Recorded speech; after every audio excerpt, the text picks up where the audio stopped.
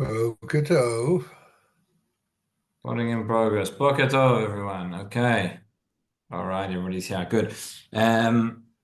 Let's carry on. We are working our way through Masechet Beitzah, Daf Kaf Daled Amud Aleph. We're talking about the Melacha of Tzeidah, Melacha of trapping. And we began this new parak speaking about how, although it's one of the melachot of Ochel Nefesh, nonetheless, trapping is not going to be permitted on Yom Tov. And we're working our way through understanding what are the cases where an animal is considered trap, where it's not considered trap. Right? In any scenario whereby we assume that if the animal is in such a place where it's you can easily get to it, right? Different definitions, exactly how we define that. But as long as you can eat, you don't have to go through the effort of trapping it. It's considered trapped wherever it is. We saw three different definitions in the Gemara. Right, talking about different kinds of bivarin, a bivar gadol, bivar katan. And if you go up a little bit, if you look just past halfway down the narrow lines, right? So we said ha bivar katan, ha bivar gadol, hechidami bivar katan, hechidami bivar gadol. What's the difference between a bivar katan and a bivar gadol? So we had three answers there. We said Amar of Ashi. Bashi said, anytime where you can run after the animal and kind of reach it in one go, in one swoop, right? But chad shichya, that is not considered.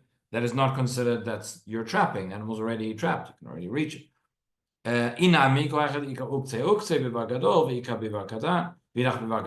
Alternatively, we said in a place where it's got sort of areas where it can hide and it can get away from you. That's considered now that you'd be trapping it. Regarding where the shade of the walls falls one on top of the other, that's a bivar katan, virach bivar gadol. Okay, and then we saw that the quote from the Mishnah said, "Lo kol habivarin shavin." Discussed last week. Two different ways of explaining that section of the Mishnah. Rashbag, either he is explaining the Tanna Kama or he is arguing with the Tanna Kama, right, whichever way we explain it. And then we said, right, Ze HaKlal, right, there's a continuation of the Mishnah. Rashbag says, Lo kol habivarin shavin, and then he says, Ze HaKlal, kol ha-mechusar tzeidah asur, anything that is lacking trapping is going to be forbidden. In other words, any animal that's not considered trapped now, and what I'm going to do is essentially trapping it, that's going to be forbidden. So again, we're going to get into the definitions. I wants to know exactly how we define that. So we're on the second of the wide lines, second of the wide lines, at the two dots towards the end of the line, we say Ze'aklal, kol ha-mechusar tzeidah, etc. So says the Gemara. Now, again, we gave different definitions before regarding a bivar katan and bivar gadol, but the other Gemara explains it slightly differently. It says, what is the definition? Right? Hechidami mechusar tzeidah. What do we consider to be as lacking, being trapped? So Amar Rav Yosef, Amar Rav Yehuda, Amar Shmuel, kol shomer havei metzudah v'netzudenu. Okay, so here we have another definition, quite an intuitive definition. What is considered something that's not trapped? Well, that's any case where you would have to say, let's go get a trap and trap it. In other words, you can't get to the animal without trapping it. So that is clearly that's the case. Rashi over here says, Havei Metzudah. Klomar. In other words, shetzarich levakesh tachbulot letofso. You need to figure out a way to get to it. You need a strategy, you need a trick, whatever it is, in order to get to the animal. V'hainu shiur de bivar gadol de la'el v'idach bivar katan. In other words, this is another way of measuring what is the bivar gadol that we spoke about previously, and anything else would be bivar katan. Rav Ashi shalinu le'el b'chad shiur, Rav Yosef b'hai shiur. Doesn't necessarily seem to be a machloket between them, but Rav Ashi gave one definition of it, and Rav Yosef is giving another definition, another way to explain. Okay, so then he says, so we said kol shomer avei metzudah v'netzudenu. So Amar Abaye, okay, Abaye says Abaye, we had a different definition, right? So it says the Gemara Abaye, Amar Abaye to Rav Yosef, v'avazin v'tarnagolim.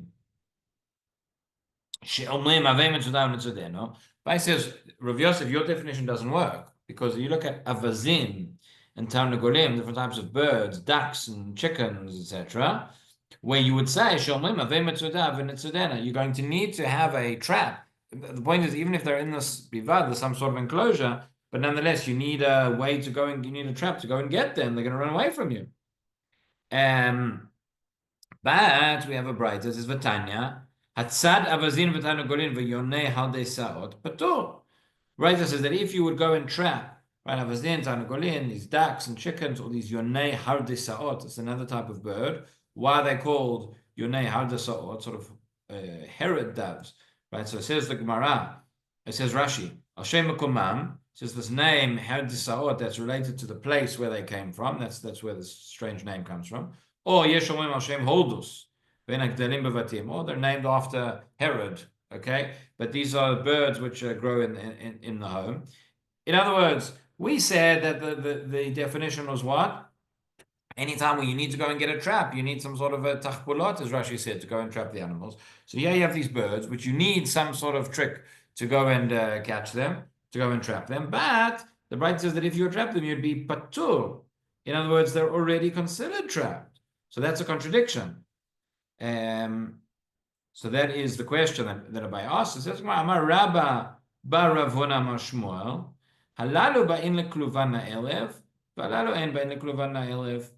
In other words, he says the difference is this, that there are those animals which come at night, they come back to their cage, they come back to their enclosure, and there's animals which don't. These, avazim v'tanagolim, etc., it's true that if I want to go and get them during the day, I'm going to need some sort of trap or some sort of a way to go and get them. But so why am I still patur? Why are they still considered trapped? Because at night they're always going to come back. So they are considered trapped in a way because they're always going to come back to where they are. Other animals which will not come back to where they are. So then the case would be different. So halalu ba'in lekluvan ha'elef, halalu en ba'in lekluvan ha'elef. So ask the Gemara, wait a minute, v'arei yonei shovach v'yonei aliyah. Okay, there are different types of birds which do not have the same status. Yonei shovach v'yonei aliyah. Deba'in lekluvan ba'elef. These doves, right? They would also come back to their cage or to their nest. They would come back at night. But there we see, there's Batanya. Hatzad yonei shovach v'yonei aliyah v'tziporim shekinenu v'tapichin babilot chayav. There we say chayav. So these birds, even though they come back to their kluv at night, nonetheless, you're not allowed to trap them. That was when we said Tarnagolim v'avazin. The reason why you're allowed to trap them, even though you need to go and get a trap, etc., is because they are considered trapped because they come back at night to their place. But these yonim, you're not allowed to trap them, even though they come back at night. So that is the contradiction. Just in terms of the language, we said yonei shavach yonei aliyah deba'in lekluvan elv hatzad yonei shavach yonei aliyah v'tzipolim shekinenu b'tapichin babilot. So it says Rashi over here. First of all, he says yonei shavach yonei aliyah, yonei abal. So these are wild doves as opposed to domesticated ones.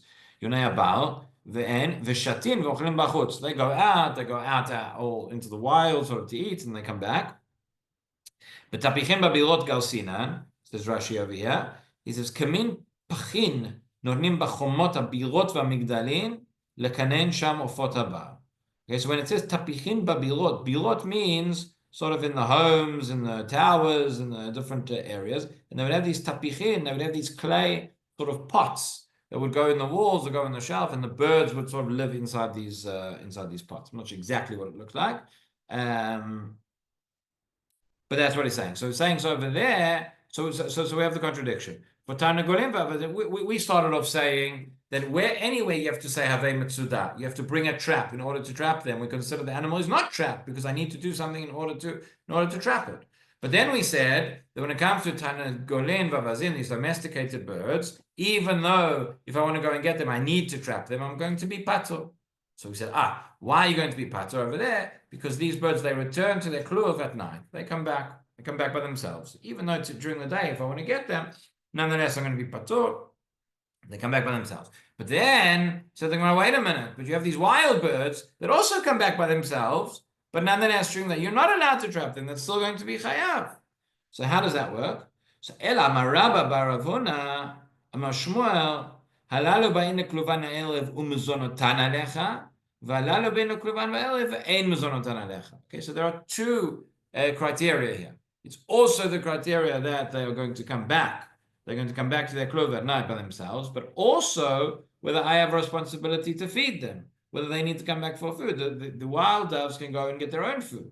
And therefore, it's only those ones that I'm going to be patur, not going to be high for trapping them, either because the fact that meaning the fact that they need food, maybe that's a sign that they are considered more trapped, right? Maybe it's a sign that they are considered, therefore they wouldn't be muktzah either.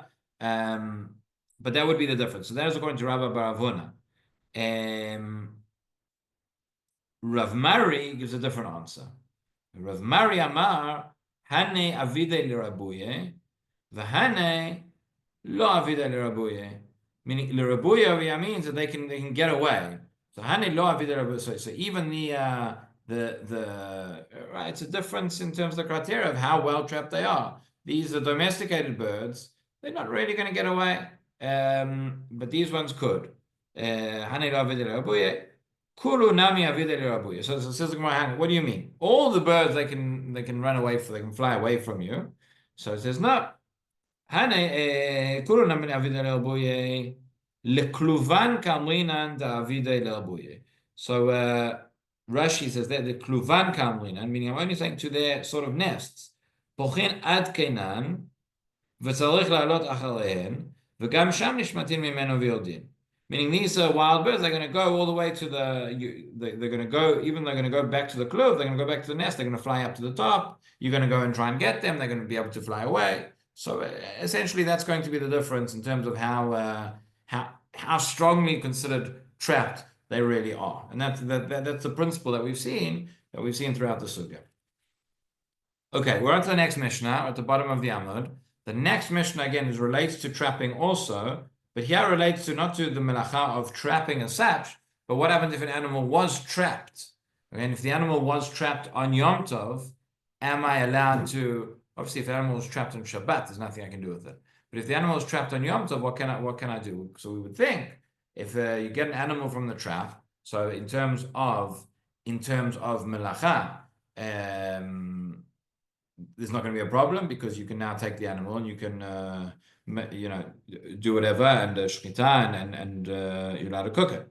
But the actual trapping itself is going to be a problem. Says the Mishnah, Metsudot chaya ve'of v'dagim she'asa'an me'elev Yom Tov. If I have a trap it can be for an animal, it can be for birds, it can be for fish, which was prepared before Yom Tov. Okay, so there's no melacha in terms of preparing that. If the animal itself gets trapped on Yom Tov, I haven't transgressed any melacha. This is a machloket in the first parak of Shabbos between Beit Shammai and Beit Hillel. Right? We paskin like Beit Hillel, and according to Beit Shammai, you can't set animal traps before Shabbat or Yom Tov because according to them, there's a principle of shvitat kelim, meaning Beit Shammai holds that not only can you not do any melacha, but there can't be any melacha done for you, done on your behalf, done by your utensils, your implements, etc. So even though on Shabbat itself I'm not doing anything, the fact that the animal's being trapped by my traps, that according to Beit Shammai is a problem. If we paskened Shvitat Kelim like Beit Shammai, Shabbat would look very, very different, and we'd have a lot of problems. Many, many things. Think about all sorts of things that we do today in terms of automation and all sorts of things, which according to Beit Shammai may not be allowed. But according to Beit Hillel, it's okay. According to Beit Hillel, I haven't done anything. That's the first stage. It's important to remember. So Mitzudot Chayav Ve'of Dagim Shasan Me'el Yom Tov Lo Yitom Men Be'Yom Tov. So that says the Mishnah. If you come on Yom Tov, you set up the trap before Yom Tov, and you come on Yom Tov and you find this fish in the net, or you find that there's this bird that's been trapped. I can't now take the bird on Yom Tov. I can't take the animal on Yom Tov. I didn't transgress anything by leaving the trap and by having that done, but nonetheless I can't take it. Why? So it says, Ela im ken yodea shenetzodu me'elev Yom Tov. Unless you know that the animal was trapped before Yom Tov. Okay, it's very, very interesting language here of the Mishnah. Notice the Mishnah doesn't say you can't take the animal if it was trapped on Yom Tov. It says you can't take the animal unless you know for certain that it was trapped before Yom Tov. Okay, so we set up the traps before Yom Tov. That's fine. There's no problem with that.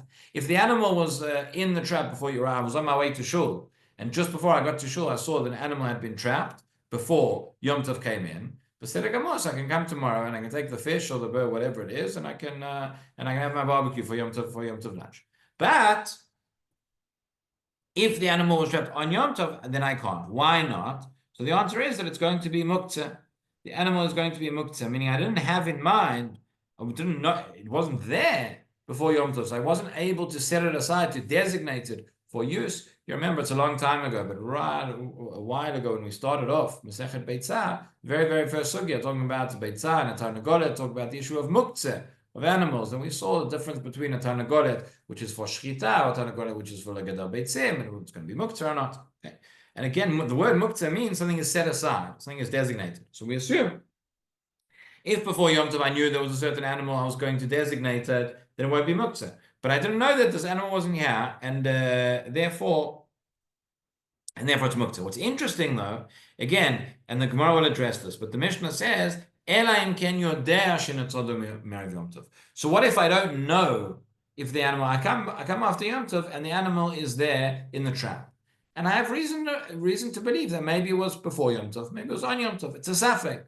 So what would I say? Generally speaking, I would say the rules of safek are that we're dealing with muktzah, we're dealing with safek muktzah, therefore it's a safek din d'Rabbanan, safek min Rabbanan l'kula. So I would have expected the Mishnah to say, if you know the animal was trapped on Yom Tov, so then you can't use it.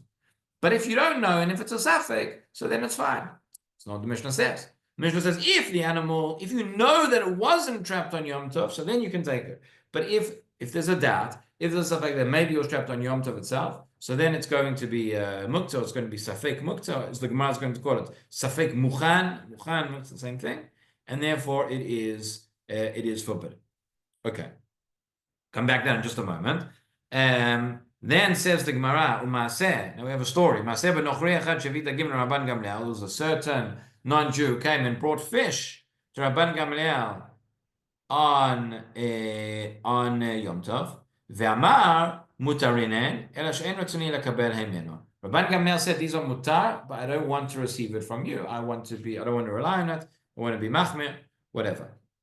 That story as well is very strange. Meaning, what's essentially the story saying? If the non-Jew came and he brought the fish on Yom Tov, we assume that they were trapped or they were caught on Yom Tov, or at the very least, it's a safek. So, based on what the Mishnah just said, you should say it's asur. I understand why Rabban Gamliel did not want to take them. I don't understand why Rabban Gamliel said it's mutar. What do you mean mutar? The ratio of the Mishnah just told me that it's asur.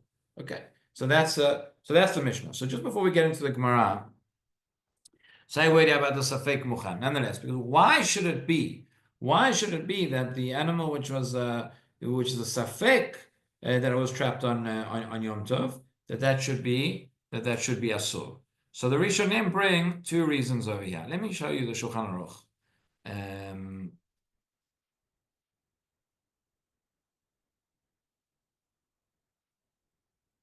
It's the Mishnah Berurah, but let's get to the Shulchan Aruch. Here we are. So the Shulchan Aruch, this is Siman Taf Tzadik Zayin, near the beginning of Ilchot Yom Tov. Okay, he says in Sif Gimel.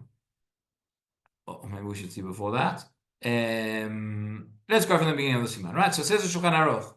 He says, "Ein sadin dagim min abivarim." Well, we cannot trap fish from these enclosures. Again, that's the first sugya that we saw. And then he says, "Dagim v'ofot v'chaya shehem muktzeh." Okay, we can't give them food if they're muktzeh. That also we've discussed. Now, Sif Gimel. Afilo safek tzeda asur. Here's one. Even safek tzeda, even when there's a doubt that the animal is trapped, it's going to be asur. Kagon. Mitzudot chayav v'dagim v'ofot sheyu pulsot me'elev Yom Tov v'lamachamoti b'hem. Right, you set up these traps before Yom Tov, and you found the animal trapped inside them on Yom Tov itself. Asurim. They're going to be forbidden. Essentially, quote from the Mishnah: they are forbidden unless you know that they were trapped on Erev Yom Tov.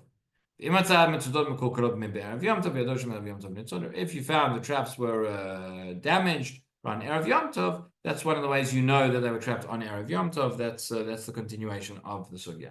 So says the Mishnah Brura over here, right? He says Safek Tzeda. Now, Afal Gav de lekama poskim ikal Tzeda b'Yom Tov eina min Torah, even though, according to, and certainly when it comes to muktzah, but even though according to many poskim, the prohibition of trapping on Yom Tov is not going to be midoraita, it's going to be midrabanan. That's what we've discussed previously. Even though why it's a malacha al chol nefesh, the fact that it's asur, it's asur doraita, asur drabanan. It's assumed it's asur drabanan. Okay. כמו שעשתם גם כן המחבר בסימן תפסדיה, החמירו כאן, יאוי המחמיר, why? אפילו בשוויקה, even with that, משום דו דבר שיש לו מתירין, שאפשר לו לאוכלם אחר יום טוב. Okay, so here's like one explanation, that even though this is a fake, it is nonetheless a דבר שיש לו מתירין. דבר שיש לו מתירין means, I have an isur, I have a prohibition which is currently forbidden, but at a certain time, it's going to become mutar. This is a reason some of the poskim say, for example, that chametz on Pesach. Why we so machmer about chametz? There are those who understand that chametz on Pesach is a davar sheyesh lo matirin, because at least midoraita, because on Pesach it can't be eaten, but when it's not Pesach, it's not asur anymore. You'll say to me, what about chametz shavar leva Pesach? So chametz shavar leva Pesach is a din drabanan, it's a knas. But midoraita, it's still mutar, even though it's actually through machloket tanaim. But nonetheless, we pass like Rabbi Shimon over there that it's a knas. But in any event, that's the principle of davar sheyesh lo matirin, and the logic is that if I have a davar sheyesh lo matirin, something which is going to become mutar later on, I don't need to be so machmer. Meaning, I don't need to. There are no coolers. I need to be even more machmer about it. Something that's always going to be forbidden. Okay, so that's a different scenario. But this is currently forbidden, but after Yom Tov, it's going to be allowed again. Therefore, it's a davar sheyesh lo matirin. And we say, davar sheyesh lo matirin, ichmiru chachamim afilu b'sfeik d'Rabbanan. When it comes to, we learned this as well at the beginning of the Masechet. But a davar sheyesh lo matirin, the chachamim were machmir, they were stringent, even regarding a safek, and even regarding a safek d'Rabbanan. Okay. So that is one explanation the Mishnah Berurah brings. You see over here, Otyur in the Sharat Tziyun, he quotes this, the Magen Avraham quotes the name of the Magid Mishnah, but he has there's another reason that the Rishonim bring as well. So he mentions over here, have a look at the Sharat Tziyun. He says, first of all, there's going to be a nafkamina between the two reasons. If you say the reason is the davar sheyesh lo matirin, I don't need to cook the fish now on Yom Tov because I can wait till after Yom Tov and it'll still be mutar. Well, if it's going to, I'm not going to be able to wait, then it's not a davar sheyesh lo matirin. And if it's going to go off, if it's going to spoil by the time the Yom Tov's over, so then it would be mutar according to this reason. Lo shayach lomar, amten ad l'machar. You can't say wait till tomorrow. And therefore he said, Muvan lefi svara shniya. But the second svara is a little bit different. The kama pa'amim ra'u chachamim lachmir afilu b'sfeik d'Rabbanan and lakem. Okay, so this is something else. We say although usually we say sfeik d'Rabbanan lehakel, nonetheless there are certain times. Some of the Rishonim say because this is a very common thing that could happen. There are certain times when the Chachamim said no. Chachamim said, even though it's a din Rabbanan, even though it's a safek Rabbanan, nonetheless, we're going to be machmir. We find the same idea when it comes to, we have a principle of ein gozrin gzera l'gzera. And generally speaking, you have a gzera, Rabbanan established, don't do X lest you come to do Y. So if Y is an isur d'oraita, a Torah prohibition, so Rabbanan came along and said, we'll make a gzera so that you don't come to transgress the Torah prohibition.